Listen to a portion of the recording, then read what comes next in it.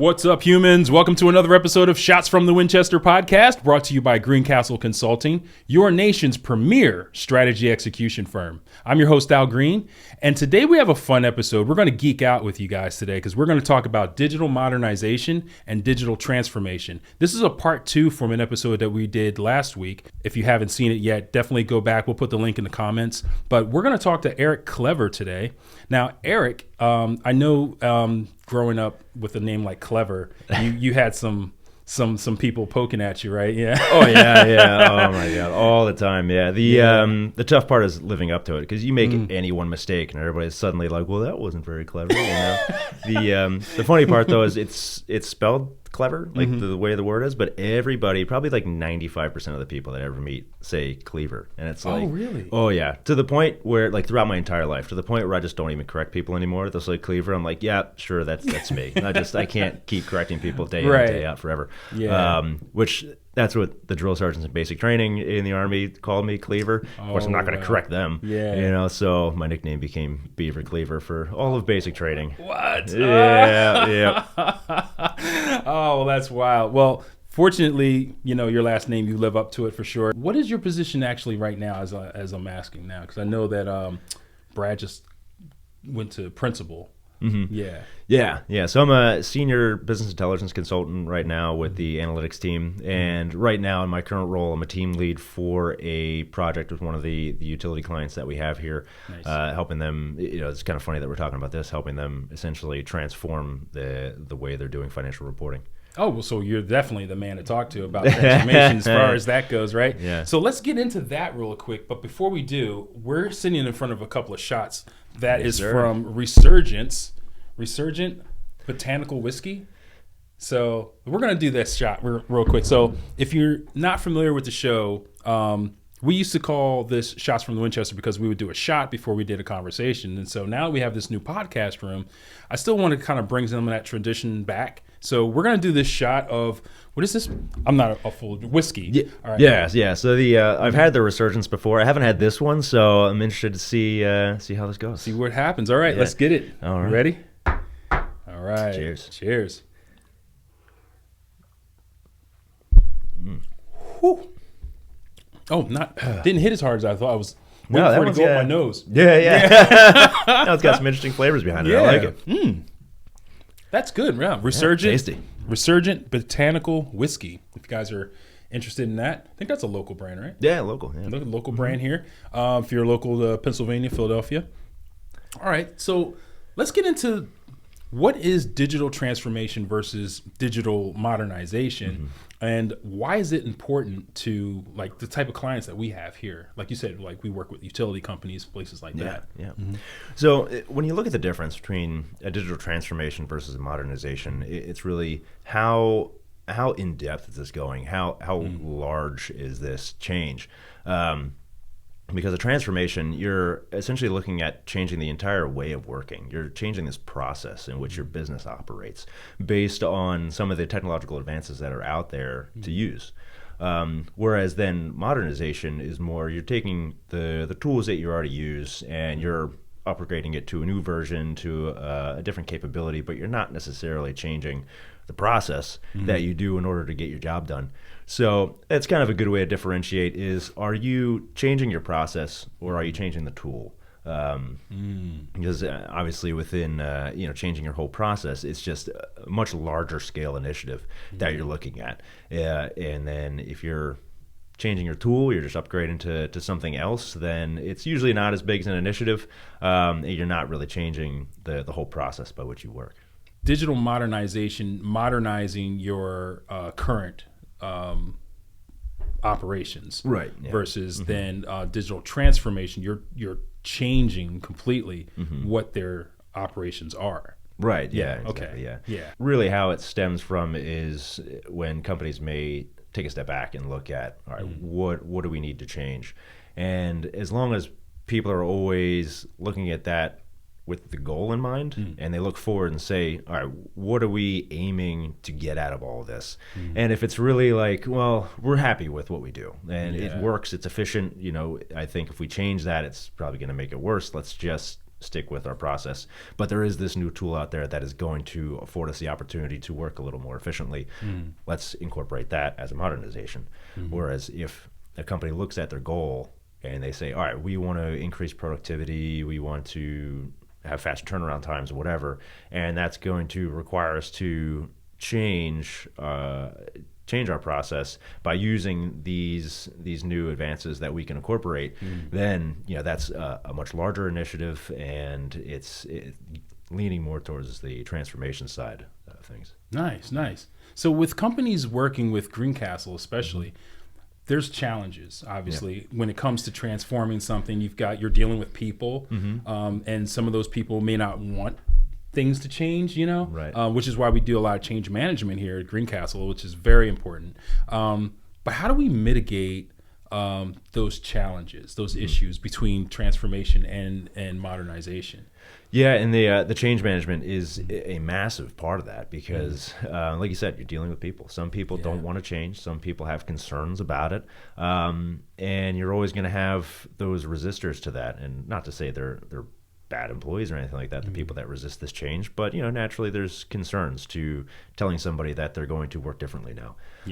So some of the ways to mitigate that is, I think, you open these communication channels for these people that may have concerns to voice those concerns, to ask these questions, to give some ideas, and then on the other end of that, having the folks as part of that change management team or in that leadership team that can then respond to that.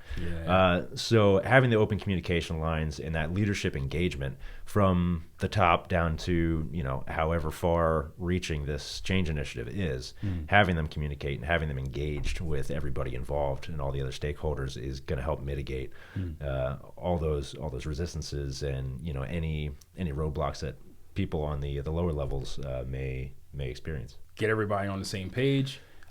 Make sure leadership understands what's happening. And make sure you check and double check your emails.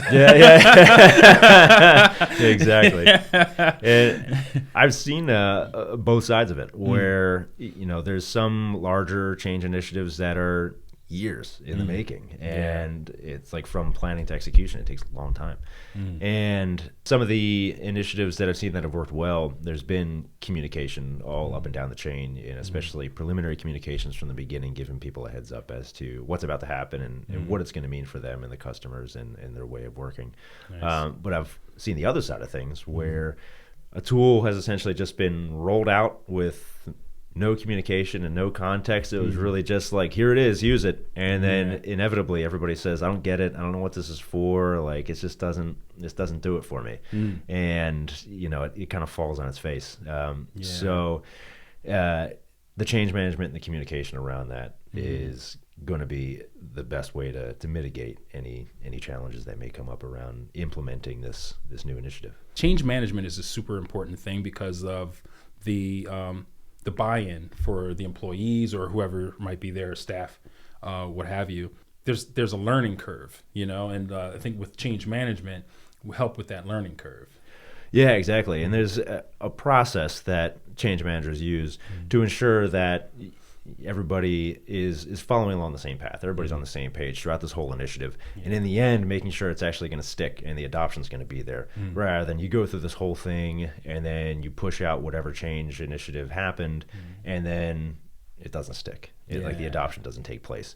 And then if that doesn't happen, it's almost as if you just didn't do it. You didn't do it at all. So that's a big part of it, where you push it out, the execution's done, but it's not like you can be hands off now. Like the adoption needs to stick there, and then make sure people are taking to it and ensuring the smooth move to operations there as well. So that's a big part where change managers have that expertise and that knowledge of how to get people through these different phases of the change and into adoption of this new initiative. Nice. The last thing I want to talk about on this subject is the utilities companies. Now, we work with utilities companies. What does that look like for a utility company to modernize? And then what does it look like for them to transform? Yeah. So there's a lot of different systems that utility companies use, front end, back end, whether it's like the in-house stuff when it comes to their accounting and reporting and records keeping and stuff like that. And then there's like the front end, customer side of things where it's like metering and that type of stuff. Modernization, I think we've seen a lot with how our meters have changed, and it's like it's making things more efficient, but it's not necessarily changing the way the utility company operates. But I think there's also some aspects where modernizations happen and different tools start getting upgraded, and then you wind up with this very spread out, variety of different systems that are all having to interact with each other, and then that sort of moves into a transformation opportunity where it's companies can say, okay, these are all great, but we need to hone this process back in, and we need to have everything smooth out because we got a lot of different modernizations that happen, and they may inevitably start to diverge a little bit. So let's bring it all back together. Let's do a transformation that's going to, maybe there's an opportunity to have all these different systems play into each other and talk to each other, and then get housed in one central location where it's everybody that's working for the company or maybe a customer experience is all in one place rather than having to use all these different systems and different apps and whatever the case is there.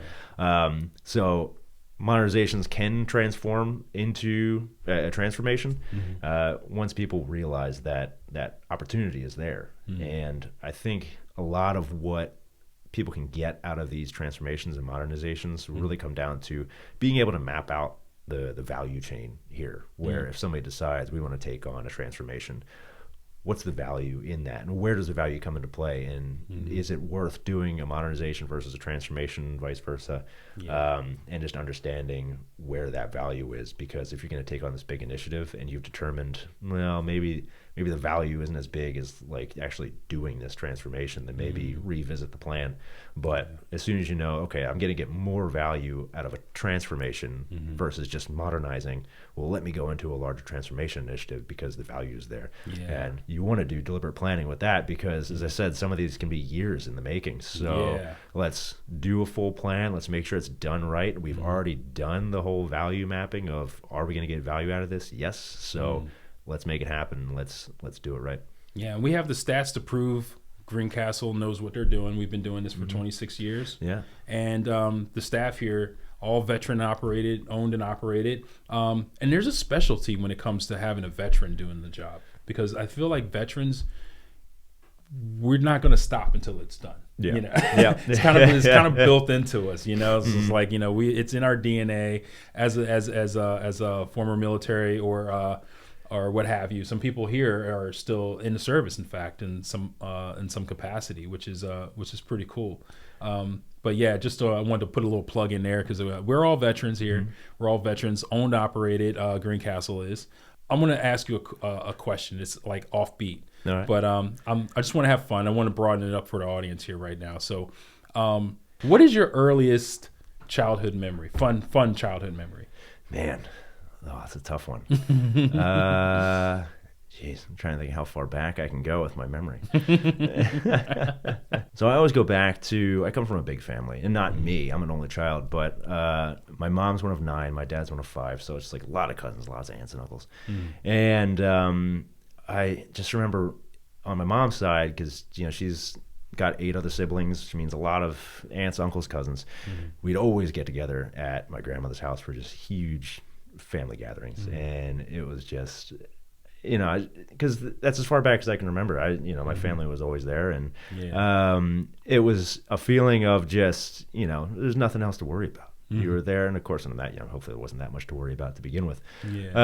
But just knowing, like, my family's here, my cousins who are my friends are here, and the family's all happy. And fortunately, we didn't have a family who would get together for Thanksgiving and be fighting all the time. It was very, very congenial with everybody. Nice. And it was just nice to see everybody there, everybody happy, everybody conversing, and it was just a gathering of family. And it's sometimes it's the simple memories that you look back, and it's the things you appreciate back then, and as you get older it seems to happen a little less and less. So it's nice to look back there and remember that time when that was happening. Yeah, that's a good one. I like that. I like that. Family.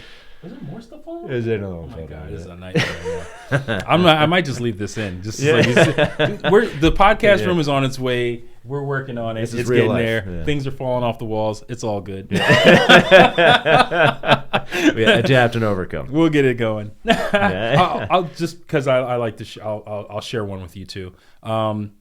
One of my earliest memories, and people think I'm weird because of this, because I don't know why I remember this so much, but I verified this with my dad and my mom. So my dad was teaching me how to drink out of a bottle, and so he was holding me, and I remember this vividly. My mom was saying to my dad, she's like, he doesn't know how to hold a bottle. Well, Bradley. So she was like, Bradley, he's not going to hold that bottle. She's like, he told her, just like, just watch. So it's like, put your hand on here. So I remember putting my hand on there. He said, now put your other hand right here. He said, now put it in your mouth. And I did that, and I started sucking on the bottle. And he looked at my mom. He's like, see? And my mom's just like, fuck you, Bradley. And I remember that as a child, and I had verified that like years ago. And they were like, how the hell do you remember that? Yeah, I have a lot of like really young, early memories as a child. So I thought that'd be a fun. Sticks. I know, honestly, right? So I thought that'd be a fun question. That's awesome. Yeah, I wasn't ready for that. Off the beat, it was. Yeah.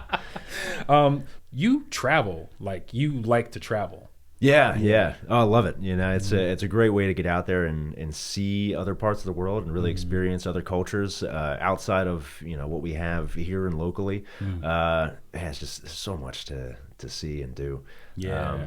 And in traveling solo a few times, it really forces you to get out of that comfort zone and meet people, because there's times I've traveled with friends and family, and it's like you kind of stay within your group and your bubble, and it's easy to just stick with them, whereas when you're by yourself, you have no choice but to, unless you're going to be a hermit the whole time, but you have no choice but to get out and actually talk to people and get to experience what's out there. I've done a few like solo travels around Europe and that kind of stuff. Nice. One of them was not really by choice. I went to Europe with my cousin, and he had a family emergency. He had to like fly back, and at the time I was like, the money to just like catch a last minute plane. Yeah. So I was kind of left by myself, and I was just like, well, I guess I'm just going around Europe solo now. just took the chance. And and that was at a point where I didn't have much money, so I wound up in Norway. And then at that point, I ran out of money, and I had to get back to Germany to fly back out. So I just had to be a stowaway on a bunch of trains to get back to my plane to come back home. That's awesome. And then train stowaway. Yeah. And then the next time traveling solo was right after our mission to Kuwait, so I had a lot of time off and money saved up. And that's where I actually met my wife traveling that, because she was traveling Europe by herself also. We happened to stay in the same hostel, and that's how we wound up meeting. So travel's been a big part of my life as well. It's been awesome to see everything that's out there. That's really cool. I love traveling. I used to travel constantly until COVID hit, all over the world. I've hit every state except for Alaska. Okay. I just didn't know what to do in Alaska. But I've been all over the world, South Africa, North Africa, all throughout Asia. I haven't been to Russia or any places around in those areas, but all up and down through Europe and South America. Recently got back from Ecuador for his wedding down there. Yeah, that was really a lot of fun. I just love to travel. Can't wait to get back on the bandwagon on that too.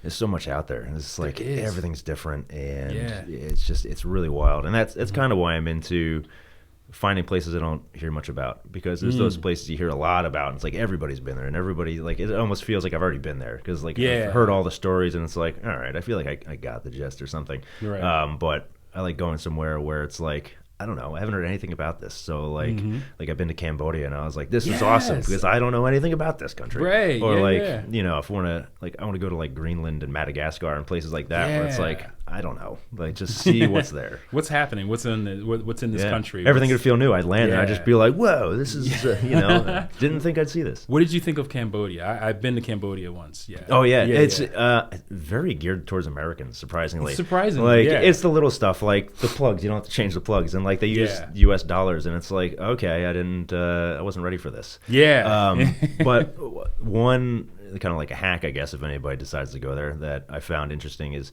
they have all these tuk-tuk drivers everywhere, and the people that like take you around. We now this is a trip that I did with, she wasn't my wife yet, but I did this with her, and a good trick that we found is find one of those guys and just say like, hey, I'll give you $60 for the entire day, just stay with us. And then they wound up like loving it, and they'd just be like, I'm going to take you to the places that I like to show people. And then we wound up going to all these spots. It was almost like having a tour guide, because it wasn't like, hey, take it from A to B, cool, thanks, bye. It was like, we got each other for the day, like, what do you like to do? And they're just like, cool, come with me. And they seem to love it. What's funny, and they of course they do, because $60 to them, so for when the kids were out there, they were giving us like postcards and stuff like that for like $1 for like a bunch of postcards. That $1 got them through at least 1 week of school. Oh wow! So $60 is that's epic. That's epic for those guys over there. Like, at least at the time that I was traveling, and that was around like 2015. Okay, this like 16 for me. So it was the same time. Yeah. So I mean, like, that's intense. Like those people were like, one of the stories that I heard over there was this one of the guys, one of my tour guides that was there. I was on a riverboat situation. I was hired to film the experience of Vietnam to Cambodia. Oh, okay, yeah. And so I was on the boat experiencing the whole thing with everyone there and just like filming that whole process. And one of the tour guides was like, he worked at a restaurant, and he was working on his English because in the restaurants, if you don't speak English, they're not going to put you out there to get the people, tips and stuff like that.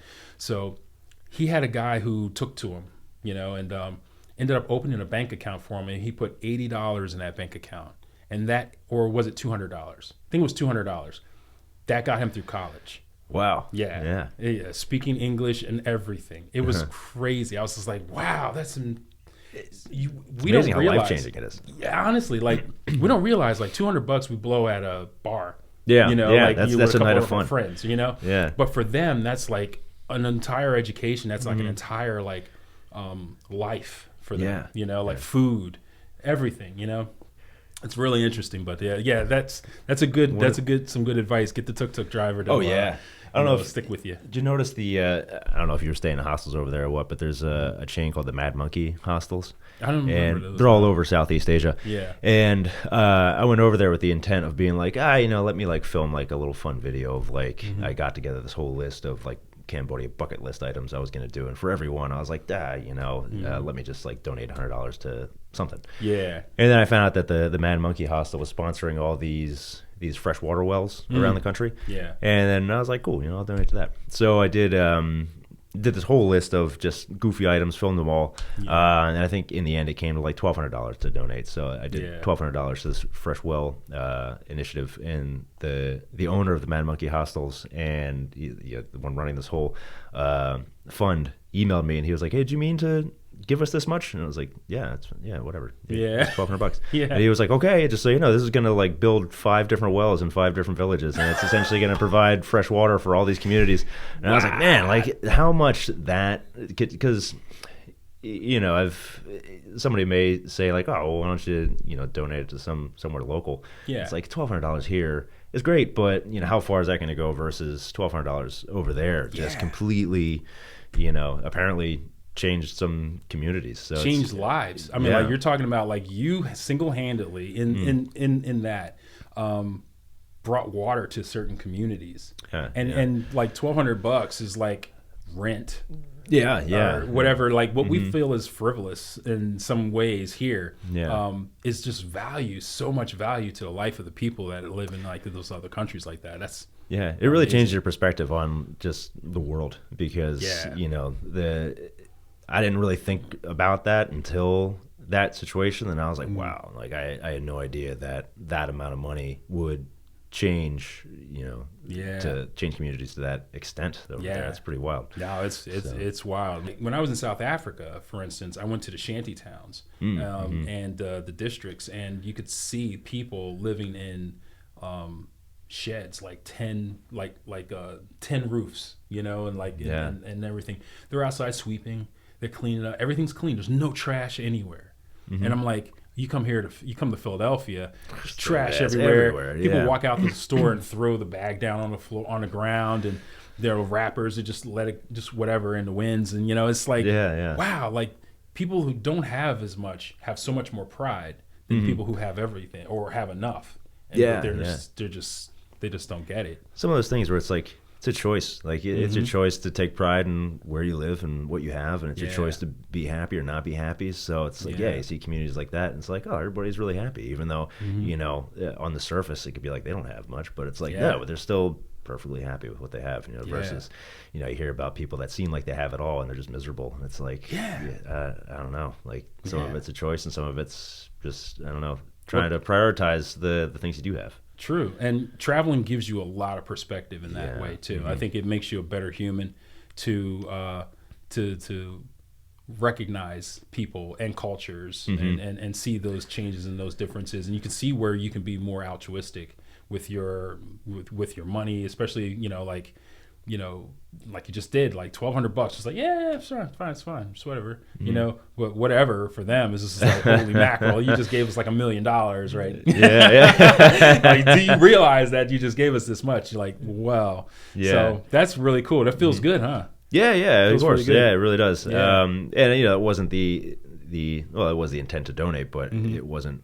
I wasn't going out there thinking like I'm gonna change the world, but it's just like, it's just something I want to do, And then on the flip side of things, I mean, you see some other places that are out there where you catch a glimpse of the culture and the landscape, and you're just like, wow, this is something else. Like, there one place in particular where I started this latest solo European trip was a place called Lauterbrunnen in Switzerland, and just the landscape of this, it's almost like you're looking at like the opening of a Disney movie or something, where it's just like in between the cliffs and a waterfall coming off the cliffs, and it's just this vast green valley, and there's like the little like ski chalets in the middle of it, and getting off the train, I was just like, whoa, this is pretty spectacular. Switzerland's on my list. Haven't done Switzerland yet. Yeah, definitely on my list. I'm looking forward and excited about traveling again for sure. But Eric Clever, thank you so much for being on the episode. Thank you for giving us some knowledge on like digital modernization and digital transformation. Anything else you want to say? Do you want to give any shout outs to anybody? I'm like giving you some I mean, I definitely want to give a shout out to, Greencastle as a whole. I mean, the leadership team here has definitely given us the opportunity to thrive and grow and bring on these tools that we're talking about and be able to do the best that we can for the clients that we work with. So, I mean, I think, it's a great organization here, and all the folks on our team have done just a spectacular job on implementing these changes as well and implementing these initiatives. So, I mean, I definitely got to give a shout out to the other folks that are here. Nice. Yeah, no, Greencastle is an amazing company, growing 500% in 5 years. That's crazy. Yeah. Having been here 26 years and award winning and everything else. So like, we're just keep growing and keep evolving, which is a good look, and have good people like you on board that's making a difference. So thank you again.